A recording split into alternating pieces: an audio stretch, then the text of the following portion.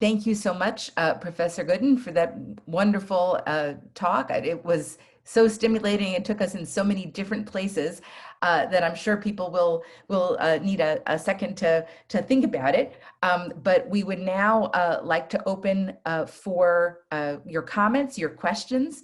And you can do this in a variety of ways. You can send the question in the chat and I'll read it.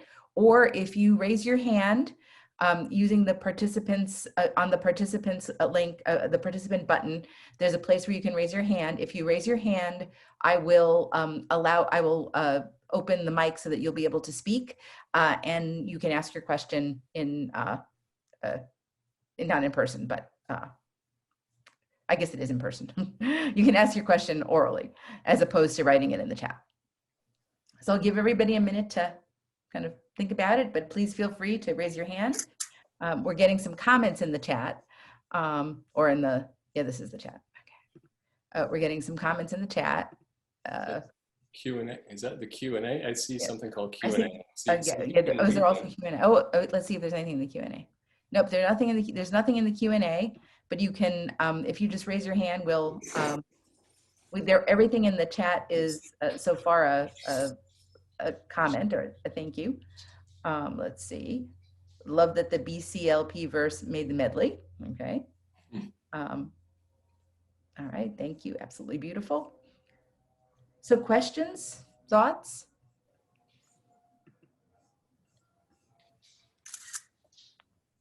Oh, there's a hand up. Okay, there we go. There go. The hands are going up. Okay.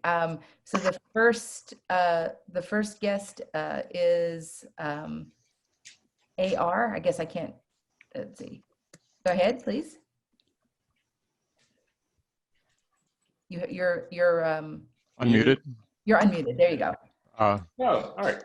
Hey, how's it going, Michael? Great. It seemed like you had a mixed message, at least at some point.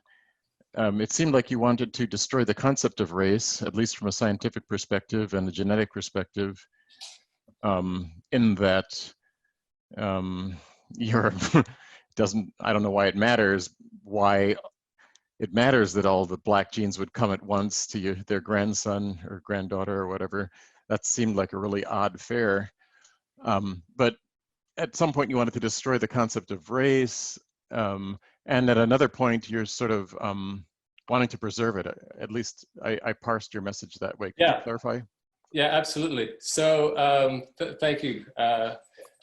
Great question. So let's explore that. So what we can do, so yeah, it is very strange.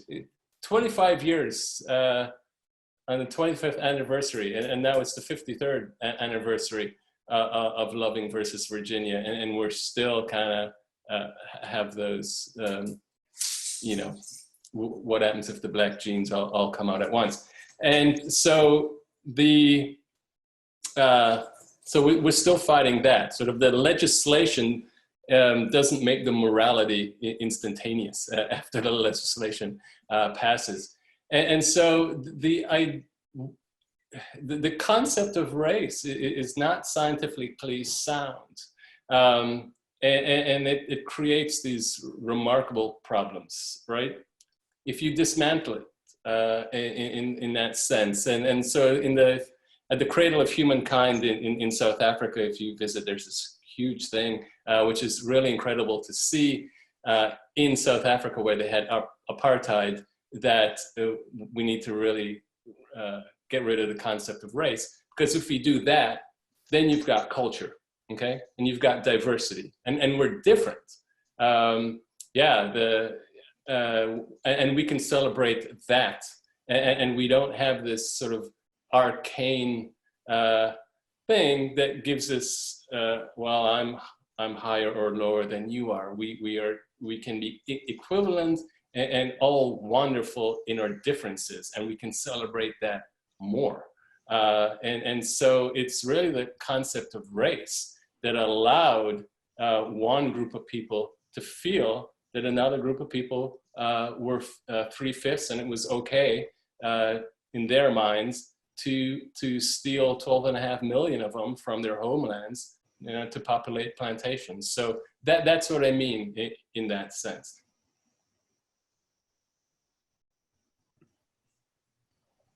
Thank you. Oh, there's a question. Let's see. All right. Um, this is an anonymous attendee. How do we get away from using the words race, black, white, and where we want to, when it is part of our language and an important movement phrases? And I think I'm not entirely okay. So how do we get away from using the words race, black, white, and row? I'm not sure if that's a typo. Want to, when it is part of our language and important movement phrases. Yeah, so that's a great question. So it's okay to use black and white. That is it's in common usage. What is important is the context within which we use them. So, right, so it used to be that white is better than black. Okay, well, you're just not going to ever make that statement ever again. But to be white and to be black and to sit at the same table and to share food together is glorious, and something is a celebration, right? And so we can be allies, and we can be families, and we can be more perfect unions. And so, yeah, to the questioner's point, it's the context of the words, not the word itself that is so terrible most of the time. So that's a really great question, and I appreciate that. Okay, we have a question. Oh, I'm sorry. I didn't mean to step on you. We have a question from Dar Bullock, who is now, you can speak now. Okay, hey Michael, great talk, and Thank you. I'm actually ashamed to say I'm one of those that did have to see the light through the bullet holes. But even as egregious as things have been in recent times, I deal with folks that still don't see that light. How do I help them to see the light? So it's another reason we need this vaccine. So it's really hard to argue with your mouth full of food. I see there's no greater diplomacy than food. That's why I do this coffee diplomacy. Here's something we can really easily do when in the post-COVID Lexington, right? We have these food festivals. And I mean, I don't tell this story to embarrass anyone. I don't want to embarrass you. That's not the point. The point is, I go to one festival. Yeah, maybe I shouldn't name them. I'll go to one, and I'll be one of the darkest 5% of people that go to that food festival. And then 2 weeks later, there's this other food festival, and I'll go and I'll eat the food from that festival. And when I go to that one, I'm one of the lightest skinned 5% that goes to that food festival. And it's always boggled my mind of like, why don't you just go eat each other's food? Like, start there. It's pretty delicious on both sides. And what that does is provides you that vehicle to start the discussion. Because if you try to start, if you're walking into work and there's this total stranger, but they don't look like you, and like you've never met them before, you have nothing in their point of connection, and you say, well, how are you thinking about systemic racism today? Like, wow, you've got like, where do you go from there, right? Start with good morning. How often do you walk into work and people look down and inspect the sidewalk for cracks as they walk by? Like, why do we do that? Like, just make eye contact with the people that you work with. So it's a long answer to your question, but you shouldn't be made to feel embarrassed by that's what it took, because that's what it's taken throughout entire history. I don't see why we can be any different than we've ever been. But what it is that, okay, it happened now, and I'm going to learn from it, and these are the lessons that I can take forward. So plant something in that light. and invite someone to lunch or have a coffee or just say good morning. Yeah, we try to complicate it at the outset. Start with the simple things and build up. We'll get there. Thank you. Great question. Thanks, Sarah. There's a question from Melissa. Melissa Mulho. How can we build a more inclusive system where the contributions of minorities are valued in a system that was designed without the participation of them? Yeah.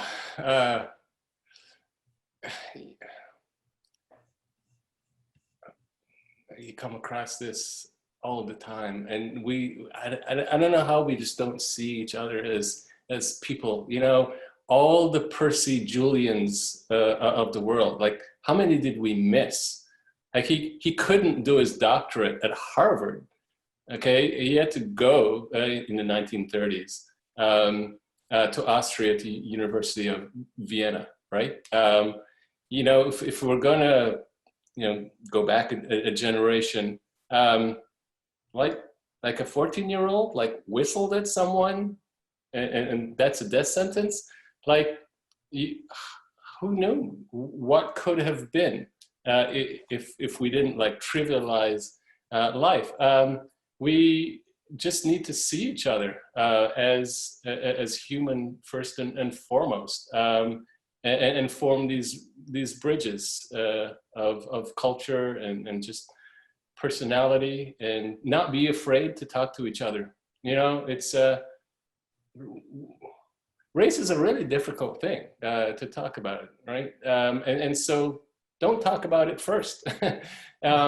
Say good morning, go out for lunch. What do you like to eat? Hey, what are your hobbies? Oh, you like photography? So do I, you know? What's your favorite website? You know, what's your favorite book?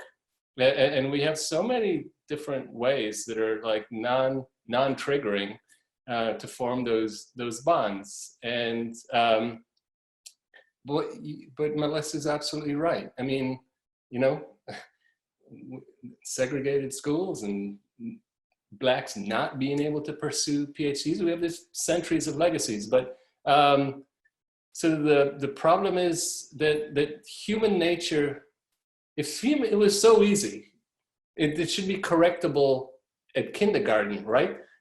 Don't throw rocks in the playground, don't steal lunch money from the little kids, and then, like, we should have been fine. But human activity, we could legislate it. Interracial marriage, 1967, we should be completely chill with that now. But we're not. And so human, there's generational time scale.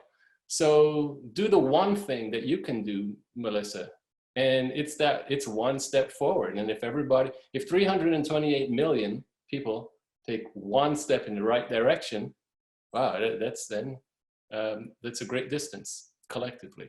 But history has shown there rarely ever overnight transformations. But, you know, eye on the prize, kind of persistence. I see Pat Calley's name, so that reminded me. He gave a lecture about Congressman John Lewis. So do some good trouble. Yeah, a talk like this would upset the parents of my ex-girlfriend. But I'm going to give it anyway, because I know there's someone in the audience this is going to resonate with them, and maybe they'll do something differently. So don't be afraid. I could have given a much more conservative talk, but I think this time now and the situation that we're in, we can't be hesitant. And plus, we're in a pandemic, so I have no idea where I'm going to be a month from now. So I have this opportunity to speak and tell these stories, and I'm going to take it. And you should too. And start a green orange cafe of your own. We need to tell each other our own personal stories and make ourselves human to each other first. I'm going to take my prerogative as a moderator to ask you something. And that is, I was particularly intrigued by what you said about empathy as the light that you can't see, right? I wonder if you can elaborate more on that. I mean, what can we do, you know, through empathy? Yeah, it's empathy is it's difficult, right? We work, well, we did in these fluorescent lighting, and we're in conference rooms, and now we're on Zoom, which makes it even more difficult. But we work in these groups, and we're professional, right? And then some time goes by, and then we say, oh, that person, they're always in a grumpy mood, or they don't interact. They never come to coffee when we're having coffee, or they, you know, when we want to go to lunch and we invite them, they always decline. And then it becomes, well, you know, that person's just a jerk. And so then we dismiss these people, or we start to mock them, and things like that. And then we project, you know, like we even know anything about them, and we make this facade about who they are without ever having a conversation about them. Okay, so reverse that. That person who is like reserved and quiet and shy, like all the time, they may be going through some personal thing. You have no idea, and that's why I kind of put that sort of parallel with, you know, we've got the park bench, and then we've got these big, large public gatherings, and these are we have to be sensitive that these things occur both in real time. But you know, don't go up and ask them, say, hey, so what's troubling you in your life? You know, but a good morning. A good morning is transformative. I mean, we must have some of the best sidewalks in the world in the United States, because they get inspected every time people walk past each other. Like, I just don't understand it. Like look up, look the person in the eye and say, good morning. Like, start there. So there's a hand up, Arthur Cameras, and I'm gonna allow you to talk again. There you go. I think people say good morning, and I don't think it's going to fix it. We're dealing with a real stupidity here. We're dealing with mythology. Look at this statement. I have a dream that little children will be a nation where we'll be judged by the content of the character instead of the color of the skin. But just think about the stupidity of that. I mean, you are talking about people that became genetically modified by the sun, between the biochemical limitations of folic acid and vitamin D. Yeah. And that is it. In the African continent, for example, you have more genetic diversity than you have outside. You read my essay. If you go from west to east, you encounter a lot of genetic diversity. You encounter sprinters and then marathoners, and you go from the middle to the south, and you encounter the tallest people among humanity, and then the shortest as well. Right. But it seems like dealing with this issue all the time, this racism and this focus on color, just drags us down to the minimal in terms of cognition. And at some point, you've just got to let it go and let stupidity be stupidity. I mean, we're talking about Iron Age mythology here. All of this crap happened while Christ watched. I mean, at some point we have to let science transform us and just go beyond, right? Yeah, absolutely. So we teach that, right? So that essay, which I don't know if you read it, but it's exactly the same principles that I've put into that Origins of Species essay. And so here's what I find with the Green Orange Cafe essays and where they resonate with some people, and I almost don't like to admit this, but you know, the data kind of says, it's very difficult to fix a human problem with human examples, right? Or we would have fixed it a long time ago. So what you have to try to do to kind of make that bridge is to find, so in science we would say a model system, which is, so if we take coffee, So there are two things that came out in Ethiopia: humans as Homo sapiens species, and coffee as Coffea arabica, right? And so if you start to tell the story about where you centers of domestication or origin of species and genetic diversity within where something is from, and you do that in the context of coffee, there are 124 species of coffea in Ethiopia. The greatest genetic diversity, okay, is there. And then 2 species of coffee, Robusta and Arabica, went out into the world, and all of that. And you can trace their migration, right? All those genetic principles of population dynamics and species and variation, and what color they were, people are fine with the coffee example, right? And people are kind of chill with, like, all dogs came from gray wolves, and then it's you use those model systems, and then you slam them and you say, look, if it's true for coffee and it's true for dogs, okay, and then humans have DNA, RNA, and protein as well, pretty much the same, and therefore it has to be true. And so it is, you kind of have to, rather than taking a right turn, you need to make 3 lefts on all of this stuff. And you need to build the trust and the bridges in a non-human system to get buy-in to things that people will talk about, okay, and not be triggered by.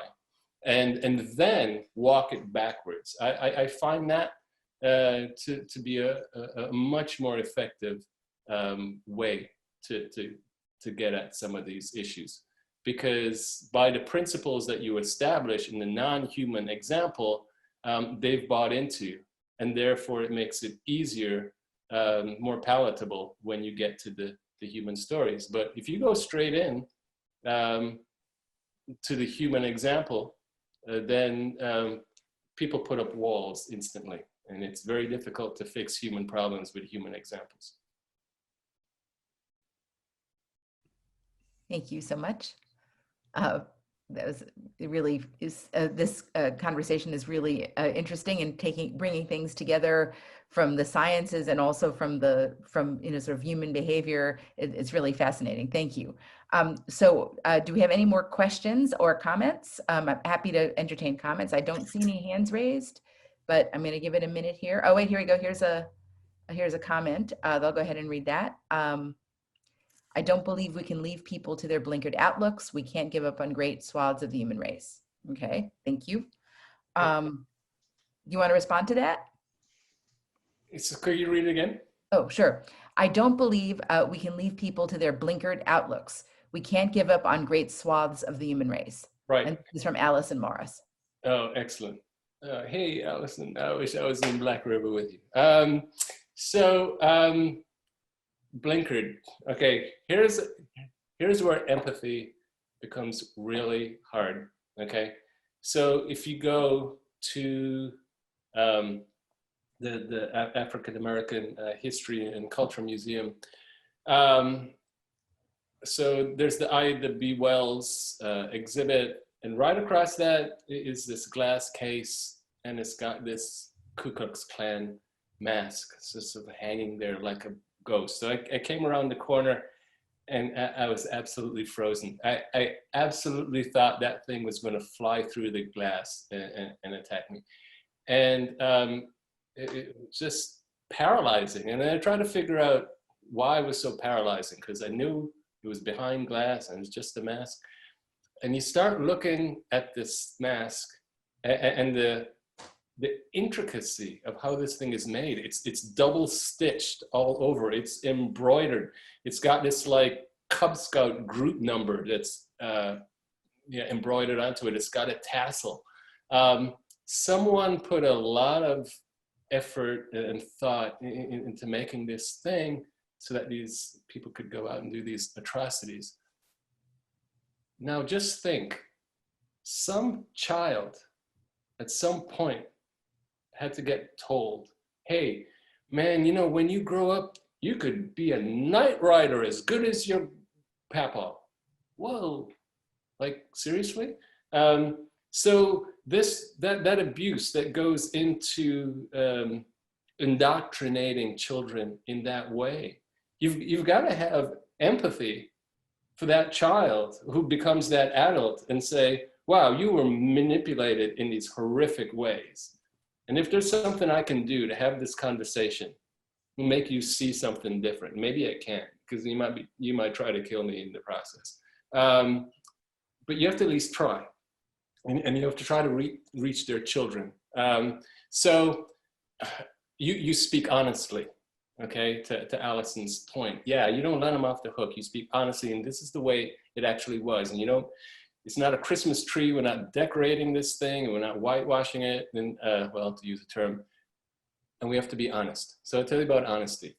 When my daughter was in elementary school and they had a reading night, so we went and so we're sitting around and the teacher picks this book and we're supposed to be promoting diversity. So she reads this story about this, the slave plantation and the little slave boy and the plantation son. They grow up together, and while they're children, they get to play together, and they reach a certain age, and now they can't because one's a slave and one will become the plantation owner. And so this kid asks, well, why did they have to stop playing with each other? And the teacher in an elementary school says, well, you know, back in those days, African Americans couldn't play with white children. And I'm like, I looked at my wife and she gave me the, you know, don't, yeah, and not now.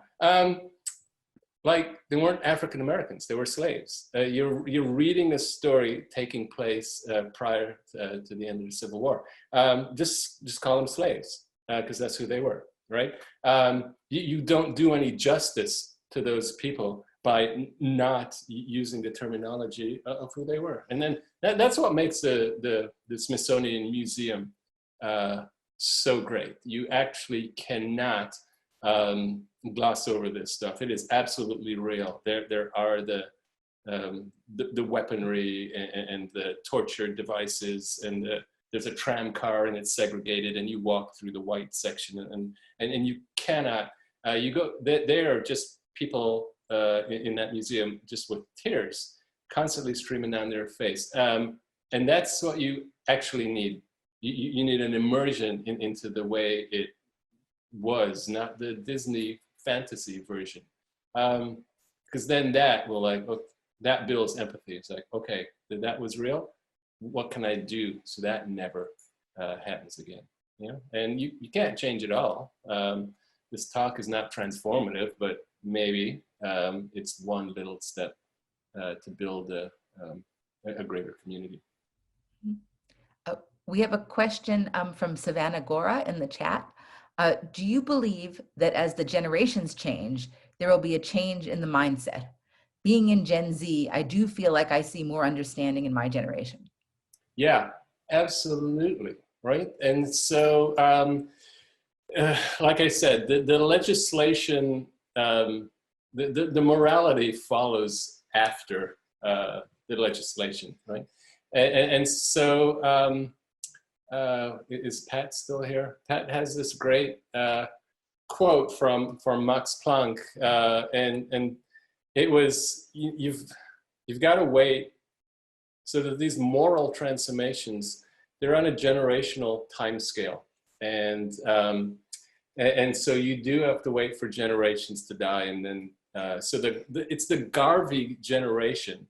The Garvey generation couldn't get it done in terms of civil rights in the United States, but they gave birth, okay, to the civil rights movement of the 60s, right?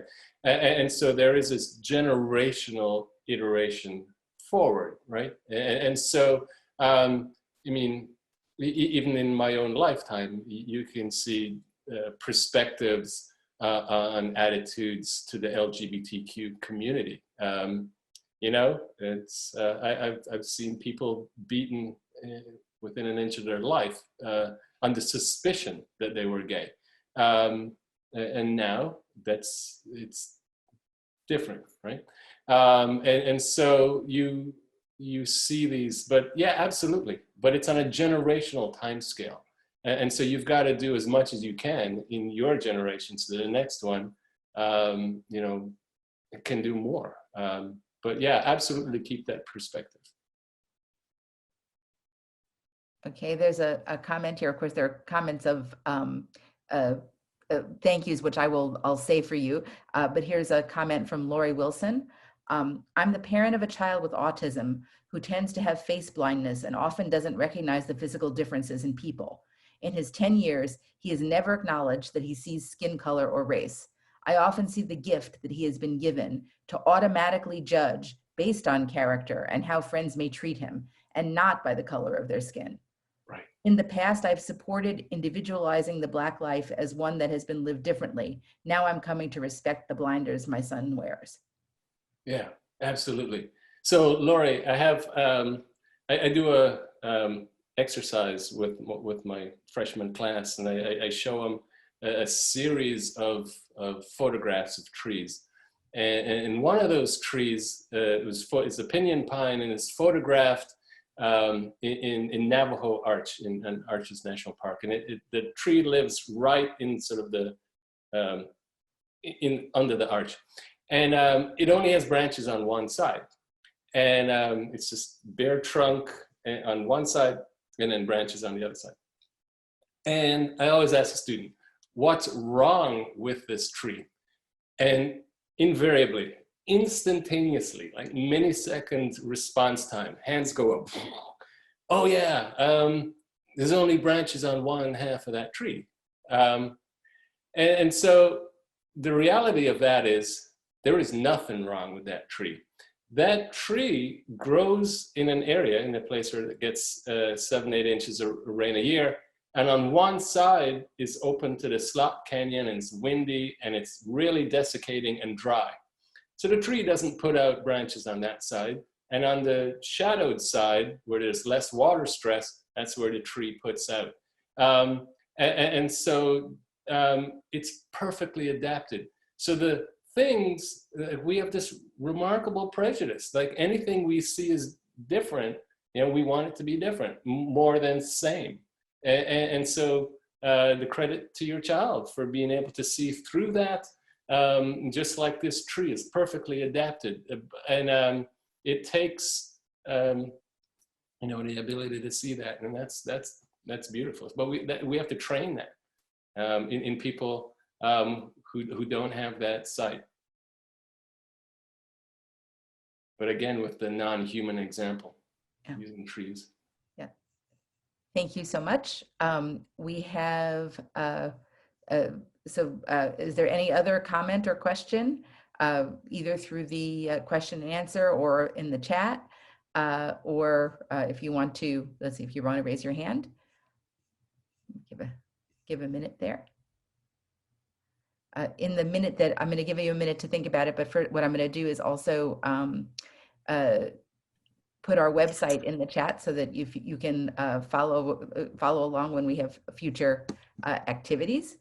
I'm actually doubly checking that I've got it right